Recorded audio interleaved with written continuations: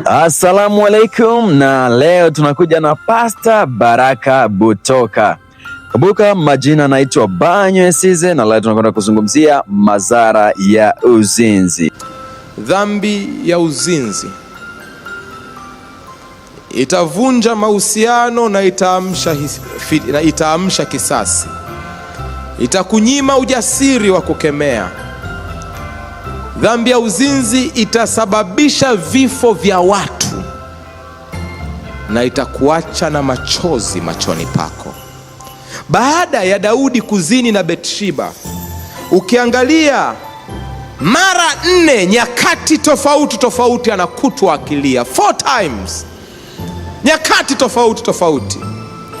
Mara ya kwanza Daudi analia katika Samueli wa pili sura ya 13:36 na 37, analia kijana wake Amnoni anapouawa. Daudi analia, na neno linasema akalia siku zake zote baada ya Amnoni kuuawa. Yani Daudi aliishi maisha ya kulia baada ya kuzini na Bathsheba. Samueli wa pili 15:30, baada ya Daudi kupinduliwa na mtoto wake Absalom akiwa jangwani, Daudi analia. Samueli wa pili 18:33, baada ya Absalom kuuawa, Daudi analia. Samueli wa pili 19:4, katika msiba na mazishi ya Absalom, Daudi analia. Dhambi ya uzinzi siku zote itayaacha machozi machoni pako. Hautakuwa salama. It's a pleasure you get for 10, 15, 20 minutes, 1 hour, but it will leave you crying and weeping bitterly for a long time of your life. Daudi alilia kwa sababu kutokana na hapo watoto walikufa. Daudi alilia kwa sababu kutokana na hapo binti yake alibakwa. Daudi alilia kwa sababu kutokana na hayo alipoteza kiti chake cha mfalme. Daudi alilia kwa sababu kutokana na hayo watu 20,000 walikufa katika vita ambayo Absalom alikuwa anapambana na baba yake. Maisha ya Daudi yalikuwa ni ya kulia na kulia na kulia. Dhambi ya uzinzi itaacha machozi machoni pako. Nimewaona mabinti wazuri sana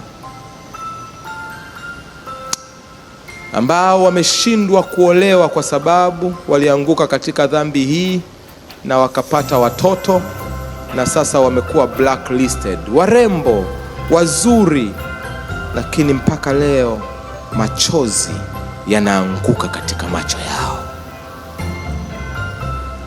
Nimeona wanawake wazuri waliokuwa na miji mizuri, lakini kwa kuwa walianguka kwenye dhambi ya uzinzi, nyumba zimevunjika, mpaka leo machozi yanatiririka kwenye macho yao. Nimeona wanaume waliokuwa wamebarikiwa kupata wake wema na wake bora waliowajali na kuwatunza na kuwalea vizuri, lakini kwa sababu ya uzinzi hata leo machozi yanatiririka katika macho yao.